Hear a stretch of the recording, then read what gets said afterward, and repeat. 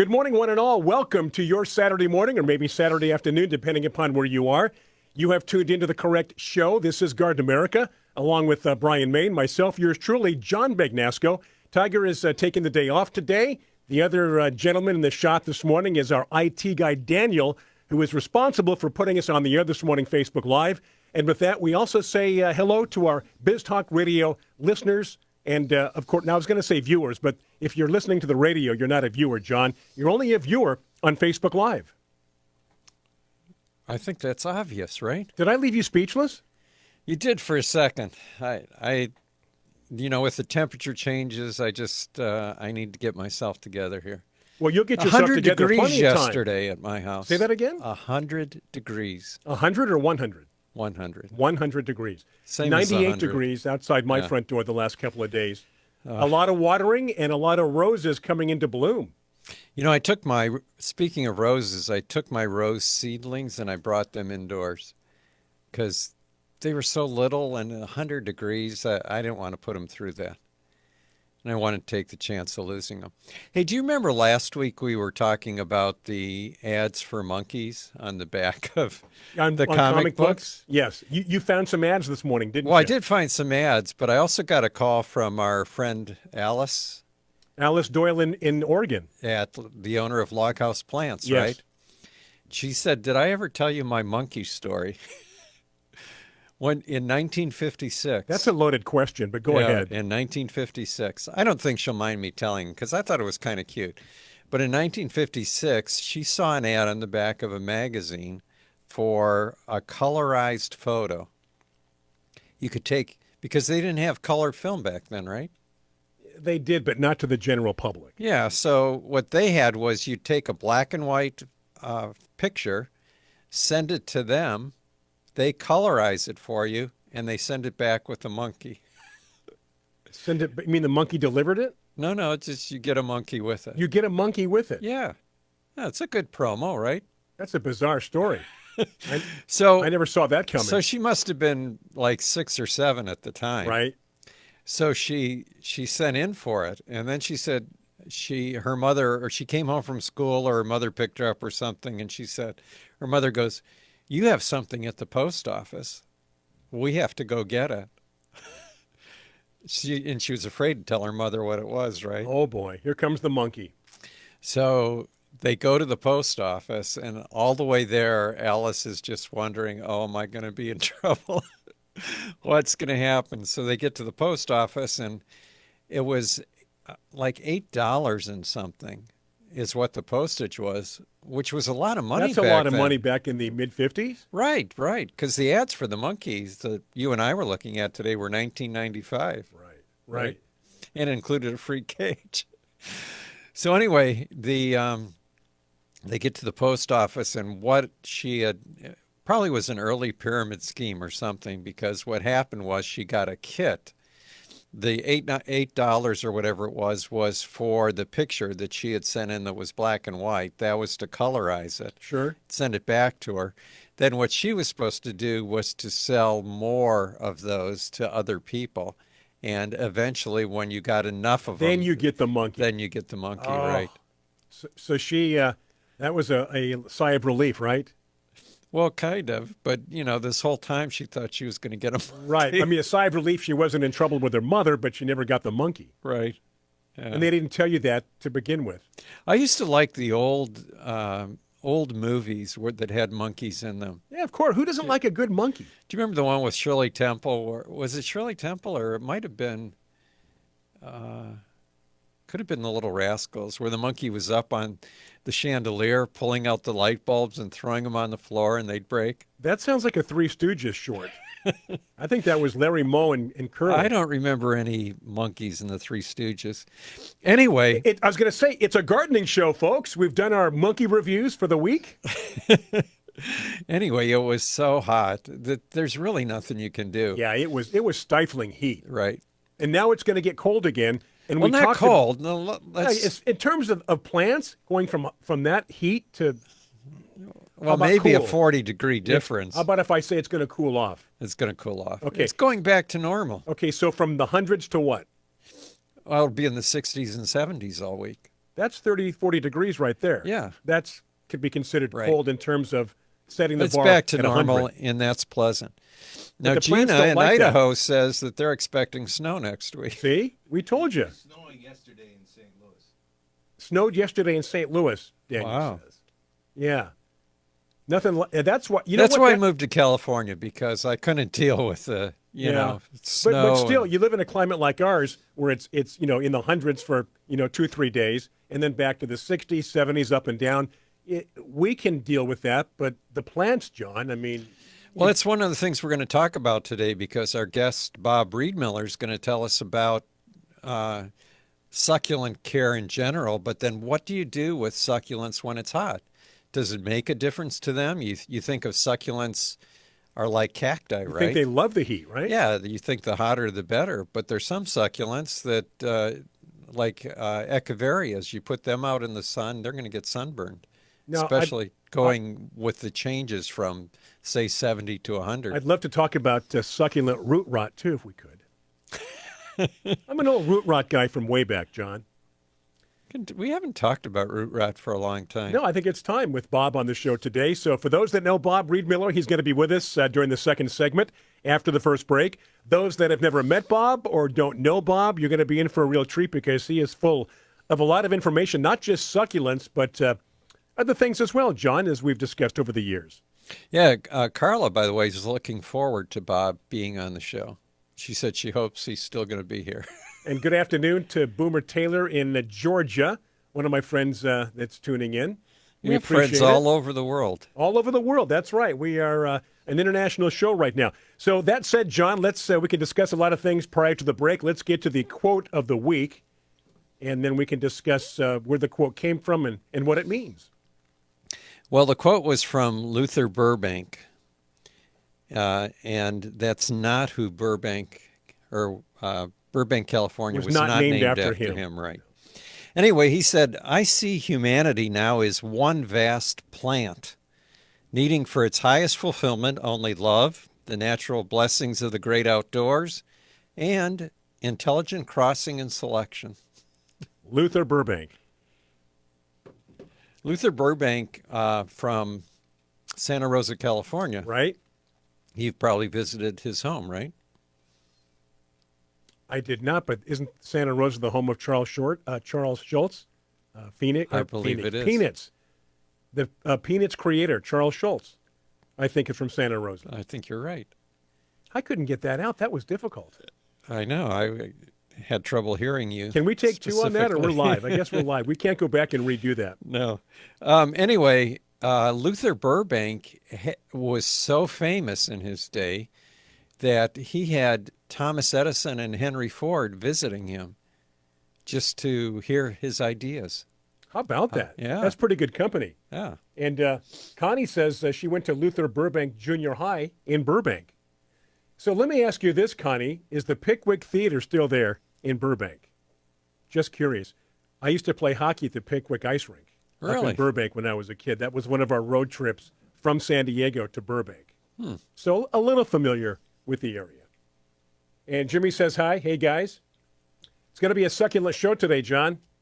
How are the roses coming, the trimming and getting prepared for the auction? Still not done. The auctions, you're going to be there, May right? 1st. Well, I just heard about it this morning, the date. Oh, Usually I book a year in advance. I know, Do you know but- how high demand I am? How you're- high in demand I am? It's going to be one of those shows. The one of the things I want to talk about today when we get a chance, and we're going to be talking with Bob about succulents, but I also want to talk about the Three Sisters. Now, I see Can that we- look in your eye. This has nothing to do with your college days. Okay. All right. We got to be careful, John. Yeah, but the Three Sisters are very interesting. Should I tell you what they are? We have, we've got about a minute, so that'll be a good tease going into the break. Yeah, the Three Sisters are a way of planting vegetables that could say Indians or indigenous people used to use. Okay. And they would plant beans, squash or pumpkins, and corn all together. And when we get back from the break, I'll tell you why you would want to do that. Now, this has nothing to do with the corn in the newsletter? No, it doesn't, because that's the glass gem corn, Yes, right? it is. We talked about that the last couple of years as well. Yeah, I mean, you look at that picture and it doesn't even look real. It looks No. like it was photoshopped. Absolutely. So that said, we're going to go into our first break. Tiger is off today. Daniel, our IT guy, is our director, studio coordinator, and producer, sitting there making sure that we stay on the air. So thank you, Daniel. Hey, during the break, we might want to turn on the ring light. That may help. That's great. We'll get to that. So those on Biz Talk Radio, thank you for tuning in this morning. Those on Facebook Live, when we come back, it'll be Bob Reidmuller, Summer Succulent Care, and a whole lot of other things here on your Saturday morning, Saturday afternoon. I'm Brian Main. John Begnasco. Daniel's with us. We are Garden America.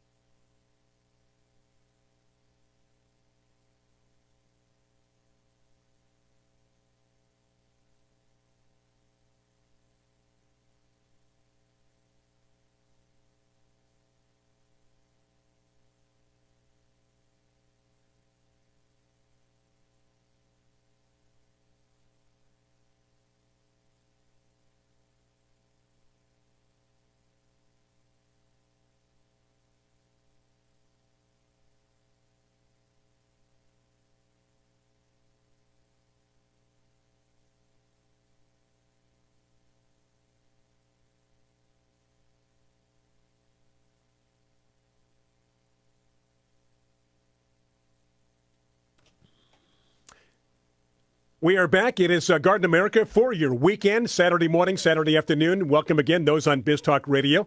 We appreciate your support. Tiger is off today. Daniel sitting in for Tiger, our producer, director, and studio coordinator. On the phone, John, and I will let you do the introductions. A gentleman that we've had in studio many times before. Haven't seen him in a while, but Bob Reidmuller is our special guest today here on Garden America, John. Are we going to finish talking about Three Sisters first? Yeah, quickly, we're going to wrap up on Three Sisters. Yeah, I just wanted to mention that it was planting beans, corn, and squash all together. And the reason that you would plant beans next to the corn was so the beans had something to crawl up on, right? Absolutely. If you have vining beans. And then the squash was to shade the bottom of the growing area so weeds wouldn't come up. Three Sisters. Yeah, Three Sisters all put together. The other thing is that beans were nitrogen fixing, so, they didn't need the fish that you would have to bury next to them when you planted your seeds. Oh, jeez. Okay, John, Anyway, let's bring on Bob, shall we? Yeah, Bob is a great friend of the show and a great friend of mine and my co-author of the book that we wrote on succulents. Hey, Bob, how you doing? Good. How are you guys doing? We're doing really well. The only way we could be better would be if you were visiting us in studio here, but we do appreciate you being on the phone. Yeah, I did have, or would have come down, except I've got some family things going on later today and didn't want to be making the drive down, the drive back, and et cetera, et cetera. So That's right. At our age, that's a lot to do in one I day. know Oh, geez. that if we had to walk. Sue, one of our listeners right now, mentioned that she went to the library and picked up the succulent book. Oh, really? That's good. Well, considering that libraries are dying fixtures, maybe that's not such an endorsement. But I was wondering if it had gotten into any libraries. It should be. Right. And that's terrific. That is really good to hear. Hey, Bob, can I ask you a quick question? Are you on a speakerphone? Yeah, you want me off? Yeah, because I think it'll give us a little warmer sound, and you have a lot of important things to say this morning, so I want to make sure that everything you say is well digested with our viewers and listeners. Well, I certainly don't want to be less warm. Oh, there you go. That's a little bit better. Hey, Bob, speaking of the book that was purchased that John was mentioning, he says that because you can expect a check for 50 cents, I think, in the next week or so. Not from the library. They don't have to add it to taxes next year, darn it. Hey, Bob, Brian and I were talking during the break, and we were saying that usually when you think of cactus and succulents, you think, these are drought-tolerant plants that can take the heat, and and they're almost carefree. But when you have, depending on what the succulents are, when you have temperatures like we had the last couple days that went up to 100 degrees after, temperatures in the 60s and 70s, Yeah. that can also be damaging to succulents as well as other plants. Well, it certainly wasn't helpful to me. As knowing how bad I felt, you know that the plants have got to be feeling it too. It was horrible. We just got so hot so fast, and the plants, like you said, even though they're kind of built to be in that and to do that, it's still a drastic change. It's like when you buy a plant from somebody and it comes fresh out of their greenhouse, and you take it home and you stick it outside, plant it in the ground or whatever, and you can have this, instant shock right off the bat from it going from comfy, cozy, a little bit, on the perfect humidity side, and then out in full, dry, windy sun or something like that. You're going to wind up putting some shock to the plant and damaging it. And even the established cactus and succulents are not any different, really, when they're out there. And, and our weather's been really screwy this year so far. If it were a gradual change, it wouldn't be a big problem.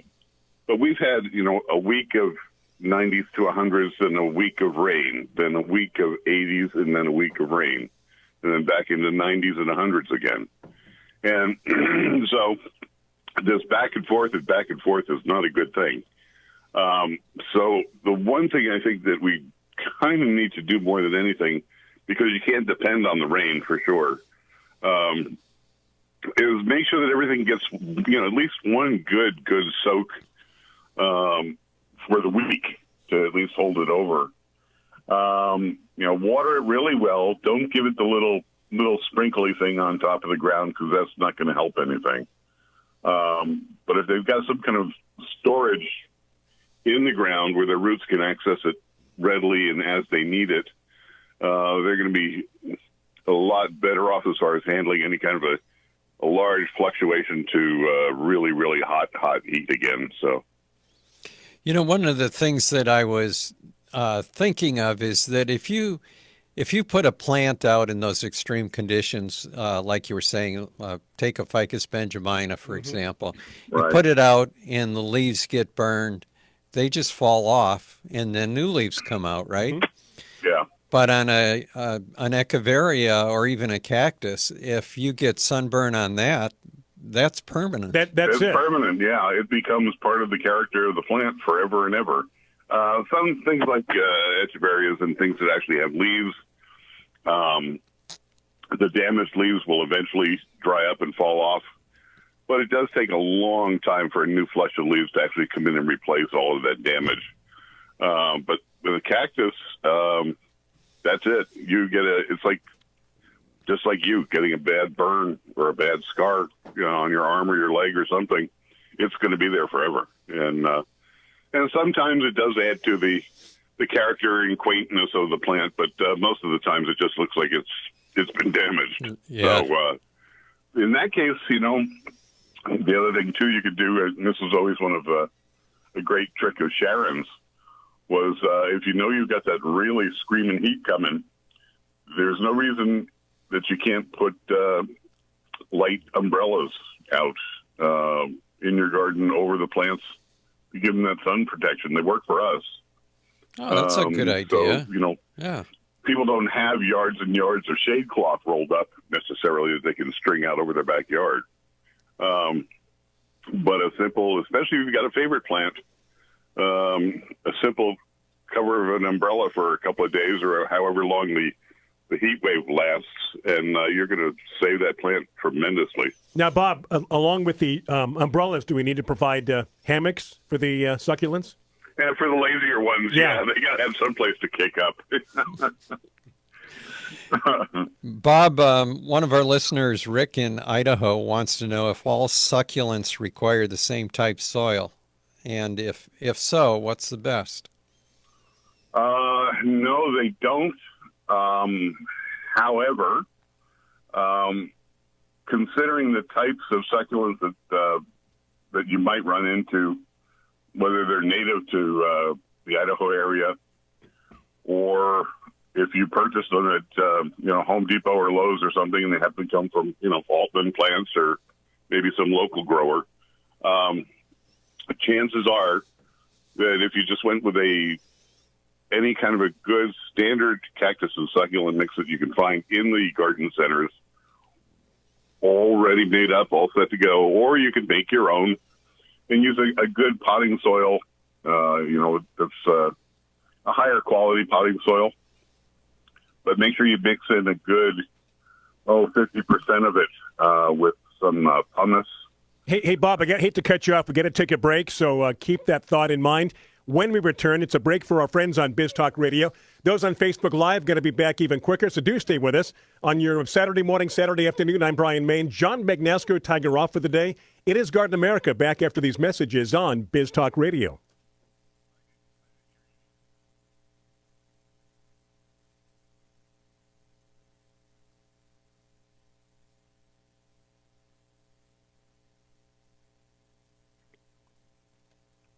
All right, we are back after that break on Biz Talk Radio. Thank you for tuning in. Those on Facebook Live, remember, questions, comments for one of us or our guest this morning, Bob Reidmuller. And John was just discussing one of those questions. And Bob, sorry to cut you off. Had to take a break for Biz Talk Radio Facebook Live. So please continue, pick up your train of thought if you would. Yeah, no problem. I had no idea I was going away. That's and okay. All of a sudden I was gone. Yeah, well, that's the power that I have, my friend. I know. What a finger. Anyway, thank you for that. Where did I get cut off? John, we were talking about, I think we were talking about heat. I was talking about a kind of an all-purpose potting soil. Potting soil, exactly. Yeah, you were talking about, I think the last thing you said was add about 50% pumice. Okay, yeah. A 50% pumice to one of those mixes, and you can buy horticultural pumice. Will give it enough drainage. The biggest problem with most mixes is that they just don't drain fast enough. They stay too wet, and then it causes root rot and problems for the plants. But I noticed you mentioned pumice rather than perlite. Perlite, yeah. And what's the reason for that? That's the part that got cut off. There you go. No, you could use perlite also, but I just don't prefer to because it floats. And pumice floats too, depending on if it's really, really air-filled, but typically it doesn't, the kind that you would purchase. But perlite floats, and then after a while, and very short while, I mean a couple of waterings of your pots, and then you've got this pile of white stuff on top of the soil. And so it's not doing its job down in the soil. And secondly, it just kind of doesn't look nice. So, yeah, and that's a good point, too. When you mix a lot of perlite in the soil, the whole medium becomes much lighter. And so it's harder to hold plants, depending on the size of them, into the soil. They can fall out easily, where pumice is a lot heavier. And it'll add some structure and stability to the soil. Yeah, a little bit of base weight to the pot too, because a lot of them can fall out or over, and that's not unusual. So, but anyway, I hope that's a reasonable answer to the question, because there are some succulents that have really, really finicky soil requirements, and others that can go all the way as much as to the jungle type cactus that'll take more of a humusy type soil mix. But if you get some kind of a mix, like I said, that has good drainage and doesn't stay soggy, soppy, wet, you're going to be okay to cover pretty much anybody. And then play with it, then figure out what works best. If you add something or take something out, see if that mix works better for you. Now, for our friends and listeners that are in cold climates, there's actually a group of succulents, several succulents that make really good houseplants and do well in shady conditions. Yeah, thankfully there's a few. The gasterias, the haworthias, the hybrids of the gaster haworthias, or the gasteria and aloe hybrids, the Gastrellos. That whole group are real happy being indoors on a coffee table, and they don't even have to be smack up next to a window or something. Something along those same lines people don't think of as being a succulent is Sansevieria. Right. That's a real common house plant, the snake plant, and there's all different kinds of varieties and variegated types and whatever, short ones and squat ones. So those are really nice too. But those, along with the Haworthias and the Gasterias and the intergeneric hybrids, those are all terrific for indoor house plants, and they'll last a long time, and they'll put up with a lot of lack of light compared to anything else. Other succulents would be stretching very quickly and trying to get to some light, and then they look terrible. So that's a good group to stay with. And the only thing that's really going to hurt those plants is too much water. Too much water, yeah. That's almost the only thing that you can count on to do succulents in, regardless of the type or the situation. Too much water is the biggest problem. So it's always better to err on the side of caution. If you don't know, if you're not sure, you think you may have watered, but you don't remember, or you don't know if it needs it or not, don't water, and just wait it out a few more days. And then how would you know? The plant's going to make it perfectly fine. Bob, how would you know in a typical succulent that it needs water? Is it going to look tired? Is it going to droop? What are some of the signs? Well, some do if they're the thinner leafed type. I think Deborah Lee Baldwin always refers to the skinny types and the fat types. And if it's the skinny types with the sort of thin, narrow leaves and whatever, those will start to drop some leaves, or they might get a little floppy looking or whatever. But you wouldn't notice that on all of the other varieties. So the best thing is a good old-fashioned stick your finger down in the pot and go down about an inch or so. And if you can feel some damp moisture or something like that around an inch and a half down, you're probably okay to let it go a little bit longer before you give it a thorough watering again. Plus, there's the chopstick method, which is in the book that we were talking about, where you take a wooden chopstick and stick it into your pot all the way to the bottom and leave it in there just like a dipstick in a car. And after you've watered, 3, 4, 5 days later, you can pull the stick out, and it will show you where the dampness is in the soil on the wood. So you can use that as a gauge too, and if it looks fine, just stick it back in all the way to the bottom of the pot and leave it till the next time you check. Sounds like an oil dipstick. It's exactly what it is. Yep. Yeah. That's exactly it. I think a general rule of thumb that you can't go wrong with is if you're not sure whether or not to water, just don't. Right. Yeah, don't water. Yeah, it's so much safer if you just do that. And I know it's hard. And there's a lot of people that don't feel like they're growing a plant if they're not watering. And in that case, you should things to overcome. Everybody wants to feel like you're helping it, and so you give it water, and then you give it more water, and finally it's drowning and it's dying, and you think it needs more water, and that's the worst thing to do. So right, and those people shouldn't grow succulents; they should grow pothos or philodendron. Exactly, exactly, philodendron or tomatoes or something outside. Hey, Bob, we've got a question about fertilizer. What kind of fertilizers? How do you care for a succulent? And maybe it depends upon the type of succulent that we're referring to. But what about fertilization? Yeah, the kind of general rule across the board, cactus and succulents, is that they're not heavy feeders.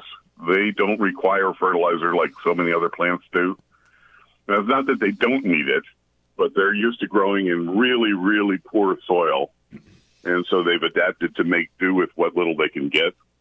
So a good rule of thumb is to use something like an all-purpose, water-soluble houseplant food. And it could be like a Miracle Grow or a Schultz or anything like that. And make that one of your waterings once a month. So mix it up to like half strength or quarter strength of what it says on the label. And use that for watering your succulents and cactus, one time during a particular month. and just do that once a month, and only do it through the growing season, which is, just like any place else, the springtime, basically, when things start to warm up, March and April, through until August, maybe September if you're in a warmer part of the country. But then stop at that point because you don't want to get them all overfed and juiced up going into winter, because that'll cause them to put on some weak growth that can be damaged during the winter. So, and nobody should be overfed and juiced up. That's the way I That's look not at good it. for anybody, right? Yeah, that's something you do when you're retired. exactly. We've got just about a minute to go. John, do you have a quick question or somebody on Facebook? Well, Rick in Idaho wants to know if sedums are considered succulents. Oh, absolutely, yeah. And up in his area, there should be a fair bunch of them that are native and probably can handle the cold and the snow up there.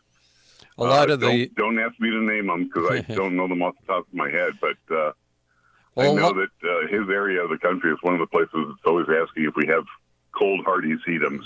Yeah, and sempervivums are close, and sempervivums are real good. They'll do just as well. They'll handle down 30 degrees below zero. Okay, we're going to take a break, Bob. Hang in there, and remember where we left off. John's going to look for more questions on Facebook Live. Those on Biz Talk Radio, going to take a break for you specifically for our sponsors. We want to thank our many sponsors on Biz Talk Radio supporting Garden America. Tiger is off today. Daniel sitting in, producing, directing, studio coordinator. I'm Brian Main. John Begnasco back after these messages on Biz Talk Radio. This is Garden America.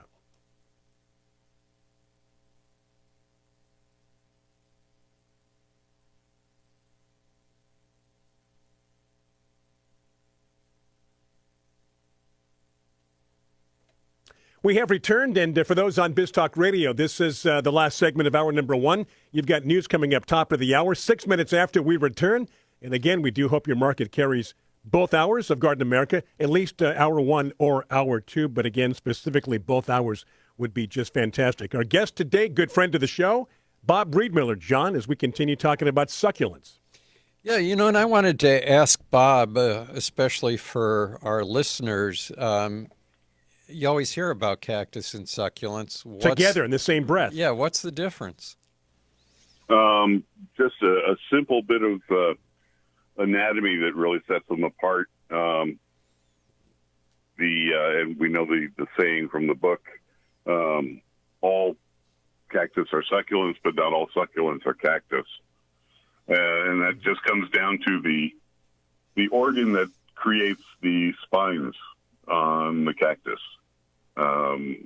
There is an actual physical organ called an areole that creates the spines, and the spines are just like hair or fingernails. On a human, it's dead material. It's not alive. Succulents don't have that. Now, there's a lot of succulents that you can get poked on, and they've got nasty spines or thorns. But if you cut those, you'll see that they actually bleed whatever the liquid material is inside the plant, whether it's white and sappy like a euphorbia, or if it's just a clear, slimy green like any other kind of succulent. And those are just modified sections of the skin that have been turned into protective structures, but they're not created by a specific organ. So, long way around, that's the answer. When you and I were growing up, cactus and succulents hadn't been invented yet. And the ones that were grown one at a time in a little clay pot, lined up on your back patio or windowsill. Yeah. And but today, and I think you mentioned Deborah Lee Baldwin, I think maybe she kind of made succulents popular in her first book, Designing with Succulents. Oh, yeah. And I'm wondering if you might give our listeners some tips on, especially for areas like Southern California, what type of succulents are going to do the best in the landscape, or maybe in a dry landscape, a xeriscape? Well, there's a lot to choose from. Your biggest concern for Southern California is going to be temperature. There's a lot of them that'll handle a light frost. There's a bunch that will not handle a frost at all. It'll damage them or kill them. And yet there are some, like our friend up in Idaho, there's opuntias that grow out there, and they'll be under 4 foot of snow, and it doesn't bother them at all. So in that vein, keep in mind almost anything is going to be okay as long as it can handle a light freeze, or if you're in an area where you don't get any frost. Kind of the old standbys is any of the actual cactus, whether it be the paddle type opuntias, or some of the barrel types, the golden barrels, the red pharaoh cactus. Those are all great landscape pieces. Succulent-wise, agaves. There are so many agaves now that are just absolutely gorgeous. Not just that giant blue thing in the backyard that takes up half of your recreation area. There's small ones, medium-sized ones, striped ones, spotted ones, the manfredas, the mangaves, just lots of things. And the old-fashioned jade plant, there's plenty of those around, too, that we've got so many different varieties. The regular elephant bush, the Portulacaria afra, I think we're growing probably 7 different varieties of that plant now.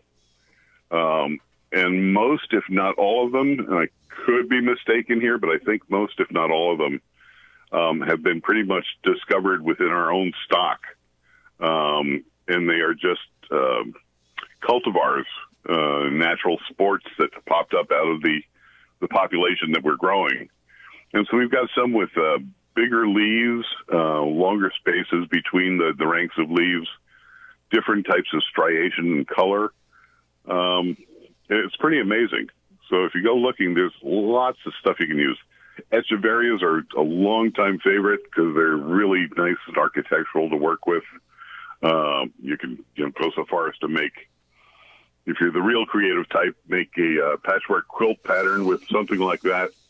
So it's, from looking like a real natural landscape to something whimsical, you can pretty much do anything. Just be sure that if you're in a frost-prone area, that the plants are going to handle the frost. Hey, John, we got a couple of questions. Let's do Sue first, if we could. Okay, well, Sue says that she bought a tray of 9 succulents, and she wants to know when they should be repotted. Well, it's always a little bit difficult without actually seeing them. But typically, I know anything that goes out of our nursery is going to be good in the pot for probably a year without any concern. But if you're not sure and you do want to plant it, you can go ahead and transplant it. Again, I would wait until the springtime, which we're into now. We're pretty much, April is going to be the start for spring in most places of the country. So, but just to keep them on that clock of spring and when their growth period starts, this would be now the time where they would take a transplant better. But when you do it, just make sure that you only transplant it into something that's just slightly bigger than the pot that it's already in. So if it's in a 2.5-inch pot, you might want to move it into a 3.5-inch pot, something along those lines. The reason being is if you overpot it, which is giving it way too much soil than for what it needs, when you do water it, you're going to cause a possibility of it staying too wet too long with nothing to take the water up, and then you've got root rot, and then that can be the end of the plant. Hey, guys, we've got to take a quick break. It is top of the hour break on for our friends, I should say, on Biz Talk Radio. We're going to return even quicker on Facebook Live because we have more questions for Bob. We're talking succulents, summer succulent care, so do stay with us. Those on Biz Talk Radio, we're back at 6 minutes after. News coming up top of the hour. Facebook Live coming back even quicker, as I mentioned. Tiger is off today. I'm Brian Main. John Begnasco. We're with Bob Reidmuller, today's guest, talking succulents on Garden America.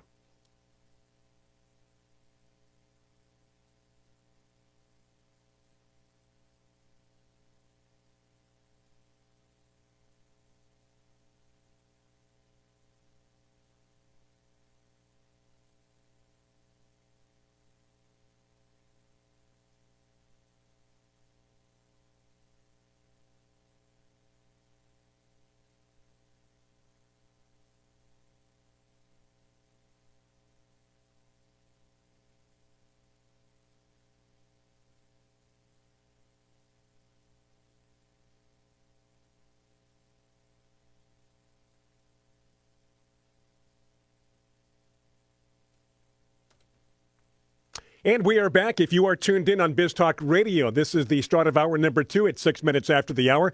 Facebook Live, we never keep track of time. We just keep on rolling right along. So thank you for tuning in this morning. Daniel sitting in for Tiger, our director, studio coordinator, producing today's show. That's who I'm talking to off camera. Every now and then you may see us chatting now and then. Bob Reidmuller, our Succulent King, is with us today. John, we're going to continue. We've got questions to get to, but let's keep on rolling, John. Yeah, Bob is the co-author of Succulents, Choosing, Growing, and Caring for Cactuses and Other Succulents. I love that. Both Bob and... That's our alter title, huh? Yeah, that's the title of the hardcover book. Yeah. Which I just looked on Facebook. You can get a used one for $2.76. Oh, it's gone up. That's good. I told you, John, retirement is just around the corner for us. Hey, prior to the break, we were speaking with, not speaking with, but reading a question from Sue, and she wanted to know when it was time to transplant her succulents that she just bought. And I'm thinking if she has 9 succulents, they really don't have to be put into single pots. You could make a nice color bowl out of succulents. A little succulent arrangement. Yeah, right. Exactly. You don't need to do. It's just easier to explain what the space requirements are when you're talking like going from one pot to another pot. Right. But if you use 3 pots, and again, it's kind of a very simple visual. If you leave the 3 of them in their pots, put them on the table in front of you, and push them up against each other with about an inch between all of them, and then see how far across that is to leave an extra inch around the outside of the whole group. So if you put them together and they're 6 inches across, then you want to get a pot that's going to be 7 to 8 inches wider than that. And depth is a big thing too. You don't want to ever get the pots really deep. You want to stay on the shallow side. So most succulents you can get by with staying at 3 to 5 inches depth, and never need to go any deeper than that unless you've got some kind of a monster big plant. But yeah, if you're going to do group planting, and she could do all 9 if she wanted to, Right. and make a nice succulent bowl. And but again, leave room, about an inch between each plant, an inch around the entire diameter, more or less, and that'll give them room to grow in. Now, one of the things that like Deborah does when she's potting up her dish gardens, and it's very effective and very beautiful, is she doesn't leave that space between things. She just crams everything in, all cheeks to jowls. I almost said something else. And that's great because it gives you a real, a very efficient, done now. You don't have to wait for anything. It becomes a sculpture basically. So that's, if you don't have the patience and don't want to wait, you could do that. But it will crowd itself out sooner. So you have to take that into consideration. Do you want to go ripping it apart again in another, year or something like that, and having to repot the whole mess? So if you start out giving it room, then you don't have to fuss with it again for a longer period of time. We had a question from Carla in Huntington Beach with a follow-up that says, I think you just answered my question. Thank you. I always like a twofer. Yeah. Connie brings up a point that we discussed earlier in the show, and she says she has a large Queen of the Night, which I think is an epiphyllum, right? Well, it's probably epiphyllum or epiphyllum is kind of that family, but right. before like a right. There's different genera in that group. Yeah, it's that type of night blooming big Right. cactus flowers. We call it the lost uncle. Go ahead. I don't get that. Part of the family. We just don't talk about him that much. Oh, okay. Yeah. He doesn't Right. doesn't get invited to Thanksgiving. Yeah. So anyway, she says that sometimes a leaf looks like it got scorched or sunburned, and she wants to know if she should remove it. She says she does shade when the temperatures get too high, but an errant leaf can still slip out and get damaged. You know, it's funny now. This is another discussion to kind of include in here. This is the danger with common names. Queen of the Night can refer to a bunch of different kinds of plants. She's talking about a leaf getting burned. She's talking about a completely different plant than I was thinking about. And for the life of me, I'm having old age syndrome here. The cactus I'm thinking of is just pretty much a solid stem. Doesn't have leaves. It just runs up and scrambles across buildings and up trees and around fences and whatever. The one she's talking about, that sounds more like an epiphyllum or an epiphyllum. Right. Especially with the burning. Yeah, that has a big flat series of leaves. Right. Now, in that case, if it gets burned, it's pretty much up to you. If the rest of the leaf is still staying alive, then it is serving a purpose to the plant still. It is still providing nutrient, and that it can still photosynthesize. If it's damaged to the point of it's not going to come back, it looks really, really bad, go ahead and take it off. Now, if it's damaged, say, half of it, and you don't want it on the plant and it doesn't look so good, then you've got a good chance to cut it off the plant and start it as a new cutting, because epiphyllums grow very easily from leaf cuttings. So all you would need is like the top half of one or the bottom half of one, and pot it up, and you'll have a new plant started within a month probably.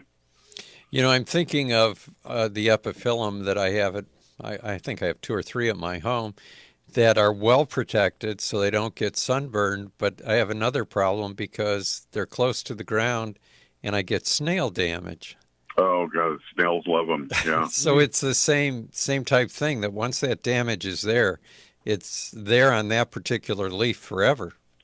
And the other thing too is if the damage has been done to the leaf and not the entire leaf, you also don't want to necessarily get too hasty and cut it off, because in the notches of those leaves where the blooms come out, that leaf will still bloom. So you may well still get buds off of one side of it, or at least the side that still has the healthy spine areas. So unless it's a year-old leaf or 2-year-old and you know it's not going to bloom anymore, then fine, get rid of it. But chances are it could still bloom. And usually you have to leave them on because epiphyllums kind of grow in a chain. So depending on what variety you have, some may have side leaves, some may have leaves that just continue down in sort of like one line. And if you do have to cut one of those off, it won't kill the plant, but it will cause it to back branch, which is not necessarily a terrible thing. So it's always so hard without actually seeing these plants, because if you did, you could say, okay, we'll cut this here, cut this there. Don't worry about this, Yeah, I think that the nice thing about those is that the cuttings can always start new plants. Oh, yeah, I've done it dozens and dozens of times. And so if, in her case, if she's got a leaf that's damaged, but, just is still a leaf and it just doesn't look nice on the plant, then cut it off and start a new plant. Why not? And eventually that part that's damaged just becomes part of the trunk, basically, of the new plant, and becomes sort of unnoticeable as anything out of the ordinary. I remember, I don't think they're there anymore, but there used to be an epiphyllum nursery in Vista. Do you remember? Yeah. Rainbow Gardens, I think. Rainbow Gardens, yeah. Right. Jerry and, yeah. Yes. I know exactly who it is. Hey guys, we got to jump in, take a break. When we return, we'll wrap things up with Bob Reidmuller. Any last-minute questions? Post them on Facebook Live, that is. We're also broadcasting this morning. This is last week's show on Biz Talk Radio, so thank you for tuning in. Again, going to wrap things up with Bob Reidmuller, Brian Main, John Begnasco here on Garden America.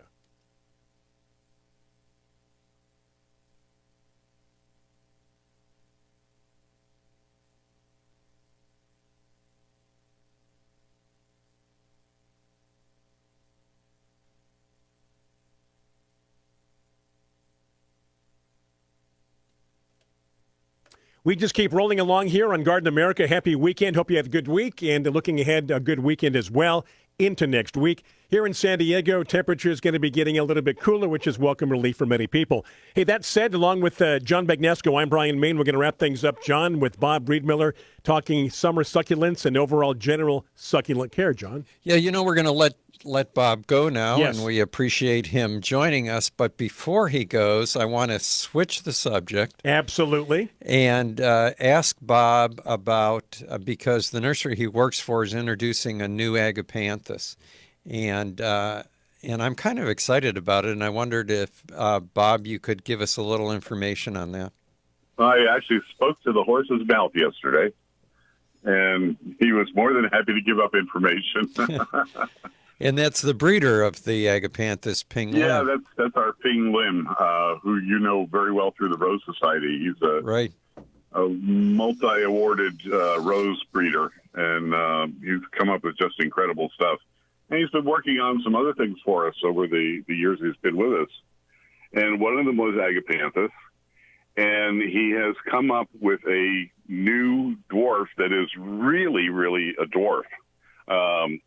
Most standards, everybody thinks of the Peter Pan as being a dwarf agapanthus. And his new one, which is called Atomic Bloom, it is 10 inches shorter than Peter Pan. So its stem only gets 10 to 12 inches tall, whereas Peter Pan is somewhere around 18 to 22 or something like that. So this is a real short guy, and has a really thick stem, so it really holds the plants up nice and firm, and each head is full of flowers. I mean, just chock full.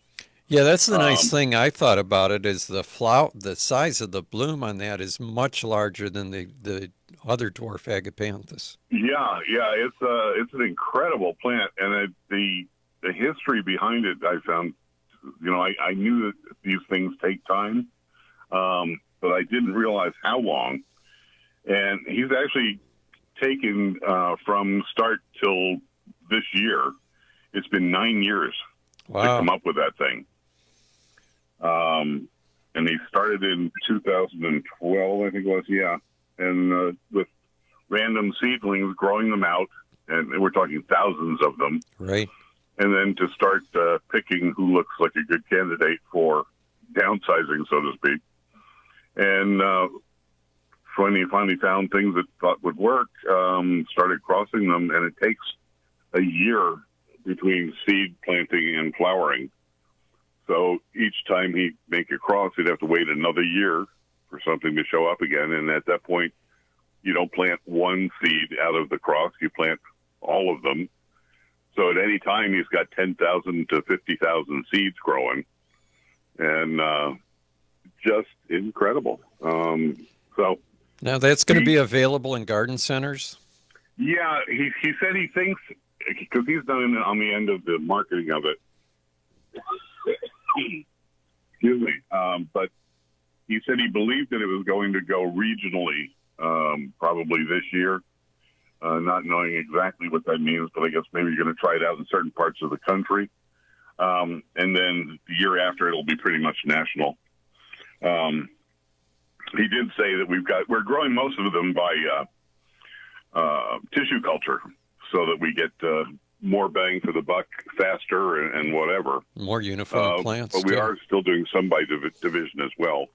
Right now, we're growing pretty much everything as division stock. And I know he said at our place down in Giddings, Texas, we've got over 1,000 of them on the ground. And we've got a good chunk of them here in Southern California as well. And they're just being grown and divided and grown and divided and grown and divided. And on and on. And so that'll get us some production stuff for sale. And then by the time the tissue culture stuff is ready, then we could back off on having to do so much division work, and it'll just come out by the thousands, and we'll have a bunch more than we had planned on all at once, and then it'll be ready to go for everybody. He's also got a new one coming out from that group. Actually, it sounds like two of them. The Atomic Bloom is considered really early blooming because it blooms earlier than other agapanthus, which usually bloom April, May. Atomic Bloom is early April, but he's got a new one that he's calling March Madness. And it is a really early bloomer. It blooms like around March or April. And the stem is only 6 inches tall.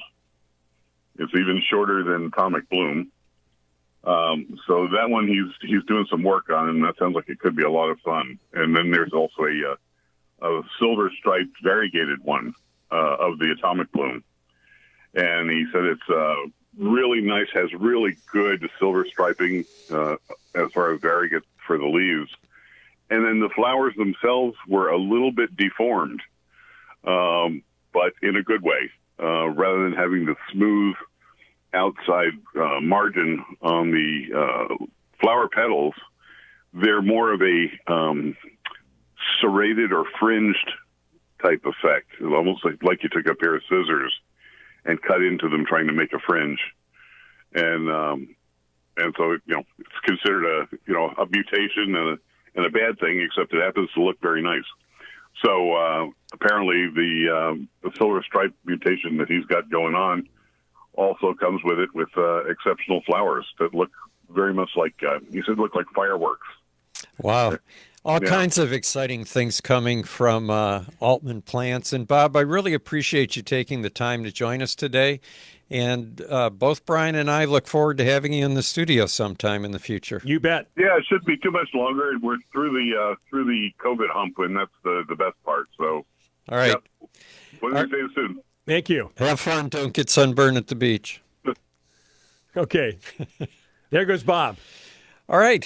Thank you. I want to thank Bob again, taking a lot of time this morning to talk to us. Now, what was it that they were going to call March Madness, John? It was a new agapanthus from Ping Lim. I hope they get permission. Why? Because that is a trademarked name by the NCAA.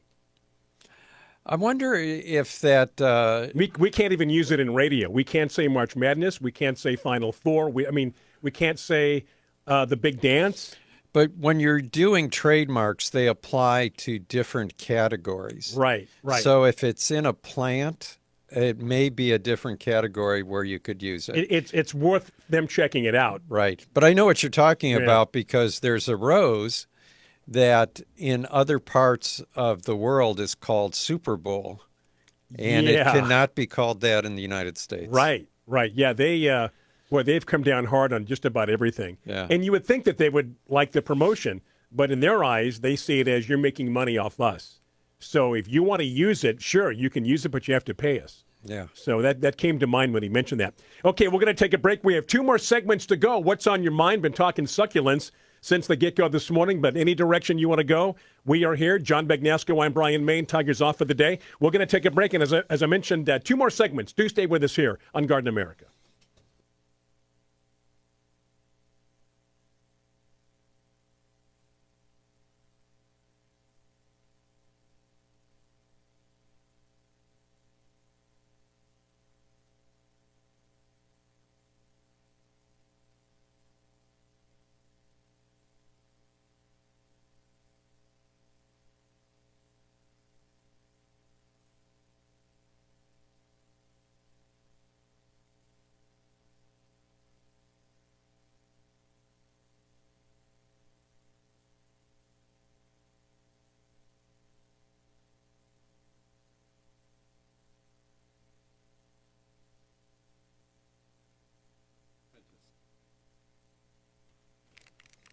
Okay, we have returned. And again, John and I want to thank Bob Reidmuller for being our guest today. A lot of great questions. Hopefully, Bob gave you some good insights on succulents, the various succulents, watering. If you got nothing else out of that interview, if you're wondering if you should water your succulents, don't.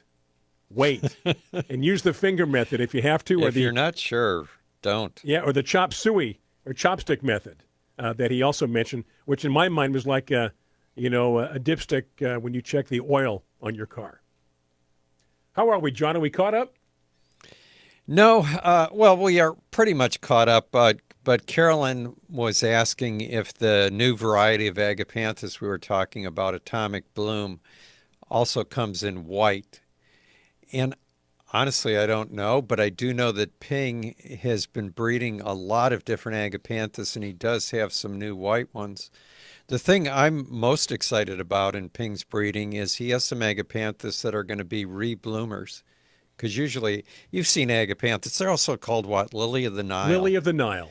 Yeah. And you see them when they're in bloom, right? They look spectacular, but then you've just got stems with dead flowers, and you cut those off, and that's it for the year.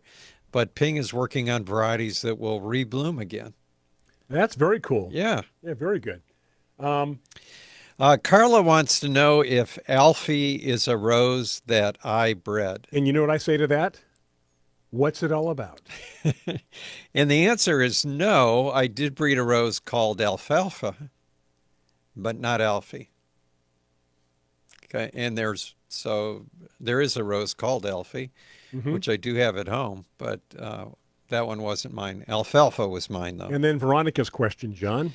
Veronica says she remembers from a few weeks ago for avocados not to disturb the leaves, but she needs to add some soil to the pot. Oh. So in other words, put the soil on top of the leaves or not. Yeah. Well, when we're talking about that, we're talking about avocados that are in the ground. That are still in the ground. Now she's in a pot. Right. So. If she's still in a container, it's not that important to leave the leaves. Leave leaves. Right. But what you could do would be to put a mulch on top. So if you want to put down your fertilizer and then put on a bark mulch or something just to keep the soil moist, you could go ahead and do that. And somebody says, hi, Tiger. Good subject today again. Well, we will pass that on to Tiger when we see Tiger. So thank you for that, Deb. We've got our good buddy, our IT guy, Daniel, sitting in for Tiger today, keeping us on Facebook Live. Yeah. All right. So what are you going to do when you get home? Okay. Well, because you said yesterday, was it yesterday or the day before, you went out and watered everything really well before the heat? Wednesday, I heard that it was going to get hot. I actually thought Wednesday was going to be the day, but it really wasn't. Right. So I got home Wednesday. I soaked everything down, everything. And sure enough, on Thursday and Friday, I was so glad I did. Because in weather like this, you will see certain plants turn quickly if they don't get the water. And it's as hot as it was, upper 90s, low 100s. Yeah, I had...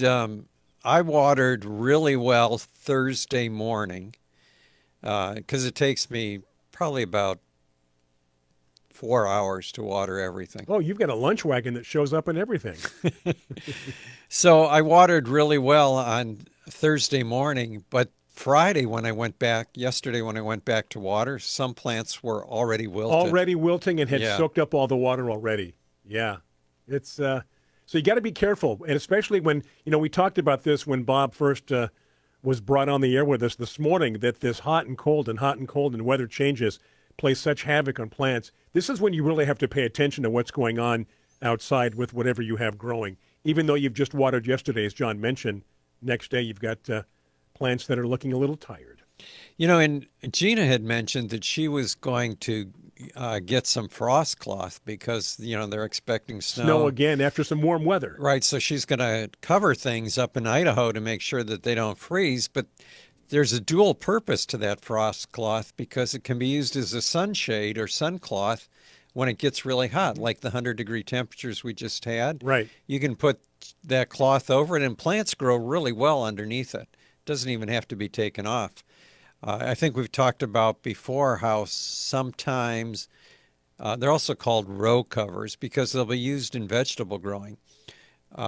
I'm thinking of growing peppers. If you've grown peppers before and you're in a really sunny area, sometimes the peppers, the fruit itself, will get sunburned. and it doesn't go away. It stays there, so it's not marketable. So if you have a commercial operation, you don't want a lot of sunburned peppers. But if you put the row crops over it, or the row covers over the crops, they'll grow fine underneath there, and you don't have to worry about sunburn. And you've protected them. Yeah. Also keeps bugs off, because bugs can't get under there, right? Yeah. Flying bugs. I think that might be your tip of the day. Yeah, those it's really handy. I've noticed, speaking of flying bugs, a lot of grasshoppers this year. Yeah. Starting early. I wonder why.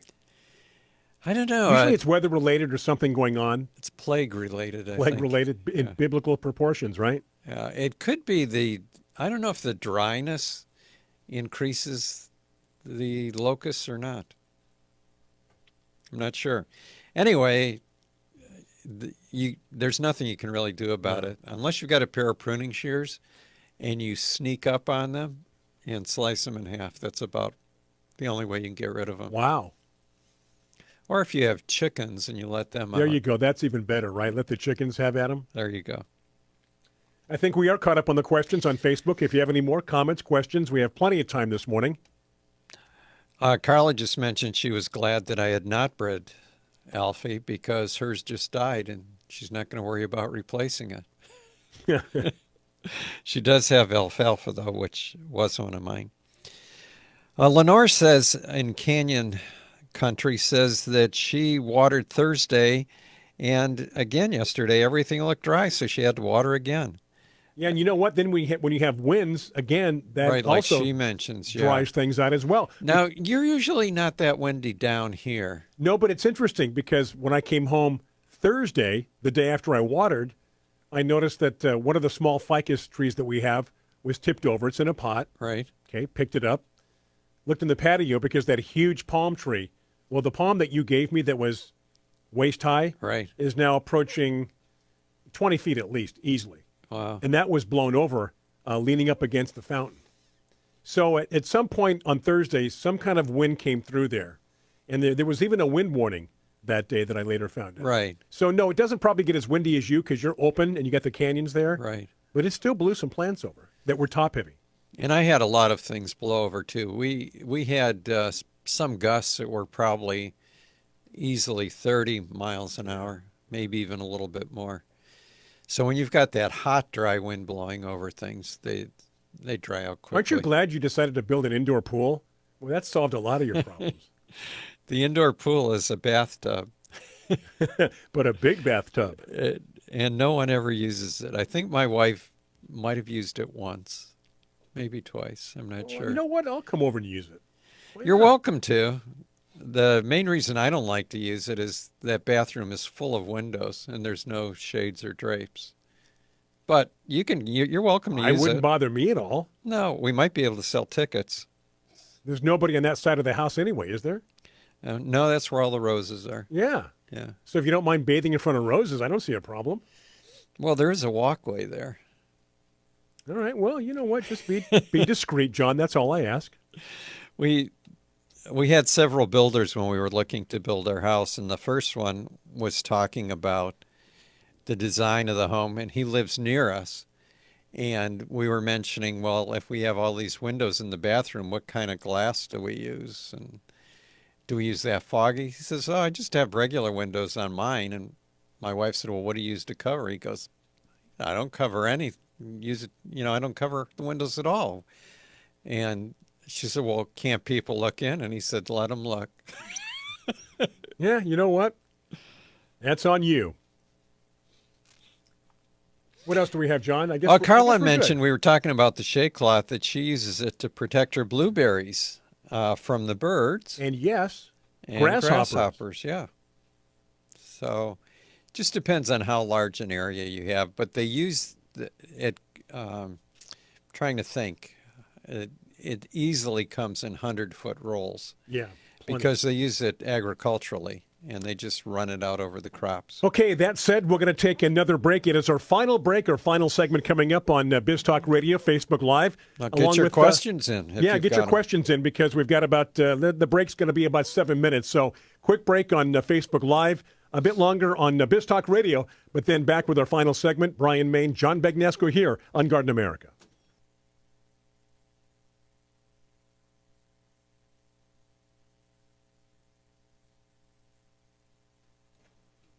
And just like that, we are back from the break. Biz Talk Radio, Facebook Live. Thank you for joining us this morning. Thanks for your questions, your comments, and in some cases, your concerns. And a big thanks to Bob Reidmuller this morning, John, who was our guest today. So you asked me what I was going to do when I get home today. I'm going to meet with somebody about a kitchen remodel. And then after that, and this is so timely, meet with a financial advisor. Isn't that how things work? You meet with somebody that's going to remodel, and then you meet with a financial advisor who will say, I wouldn't do that if I were you.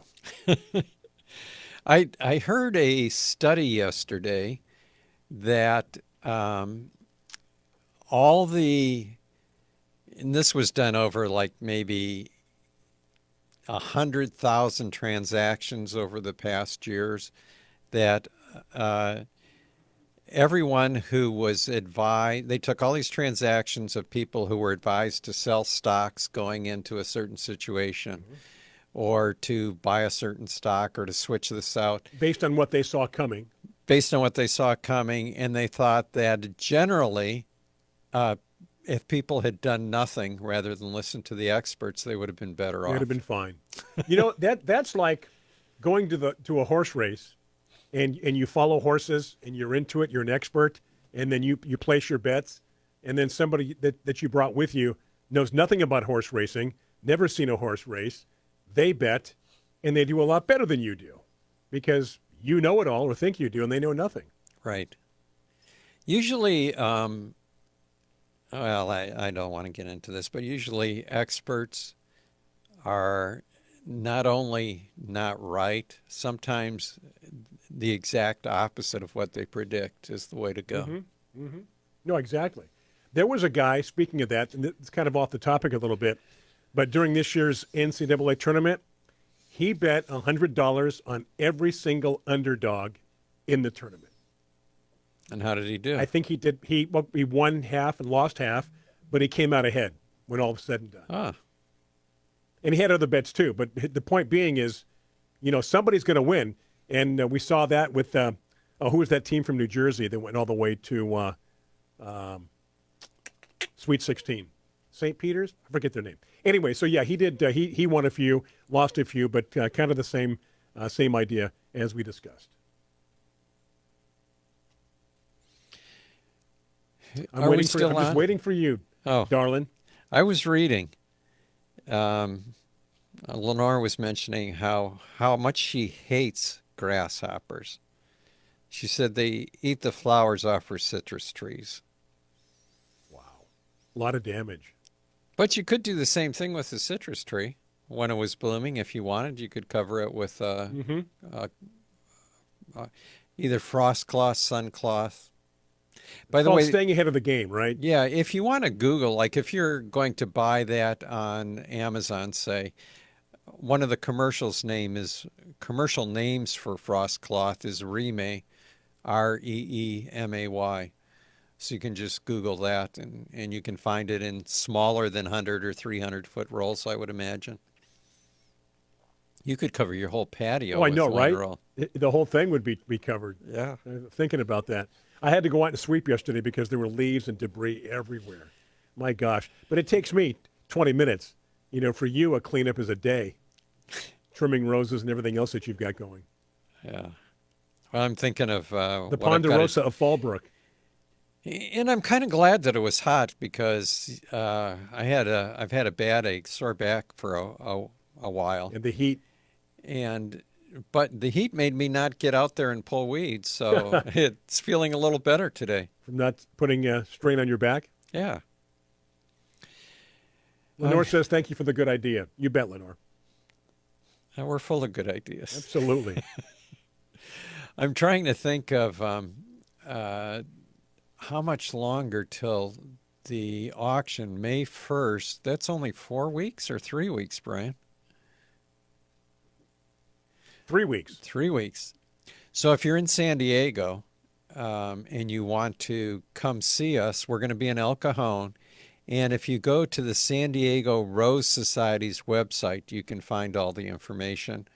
Or if you go to the auction website, which is ccrsauction.com, California Coastal Rose Society. right? ccrsauction.com, you'll see the details of where we're going to be. And the Rose Show starts on April 30th, so you can go take a look at that. But it carries over to May 1st, and May 1st will also be the auction. And you'll get to see Brian, maybe Tiger also. Maybe, Brian. I'm checking on that date. It snuck up quick this year. I like how, John, you're going to be there May 1st, right? May 1st? So, non-committed at this point, but we'll do our How best. many years in a row have you done this? Since 2004. Wow. I've Yes. still got Green Planet from 2004, John. And there will be a Green Planet in the auction this year How for the about that? first time since 2004. Because of me and you. You took the cuttings, right? From my I Green took cuttings Planet? from your plant, Yeah. right? And That makes me feel good. it made me feel good that you kept it alive all that All time. these years. Absolutely. You know what? I do pretty well with roses. Because a rose Not is... George Burns. Yeah, gosh, George Burns. Roses do very well on their own. They're like a cat. A cat will let you know when they want attention. Otherwise, leave them alone. Right. They'll let you know. Roses are the same way. Guys doing okay out here? All right. No, I'm good. Okay. Check on you tomorrow. We've mentioned this joke before, but a lot of roses are found growing in ghost towns and cemeteries where they've been unattended for years and years. And when people complain about how roses require too much care, they're too difficult to grow, we say, if dead people can grow roses, you ought to be able to. Absolutely. And we're going to leave you on that note. Very good, John. Hey, thank you so much for tuning in this morning on Biz Talk Radio, which, of course, is last week's show, Facebook Live, which is this week's show. Tiger's back next week. A big thank you to Daniel sitting in here today. Got us on the air, Facebook Live, directing, producing, and our studio coordinator. So until next time, which will be next Saturday, God willing, 8 o'clock on the West Coast, 11 o'clock Eastern Time Zone. And again, Tiger is back. For John Bagnasco, Tiger Palafox, Daniel, I'm Brian Main. Enjoy the rest of your weekend, and we'll do it again next week here on Garden America. Take care.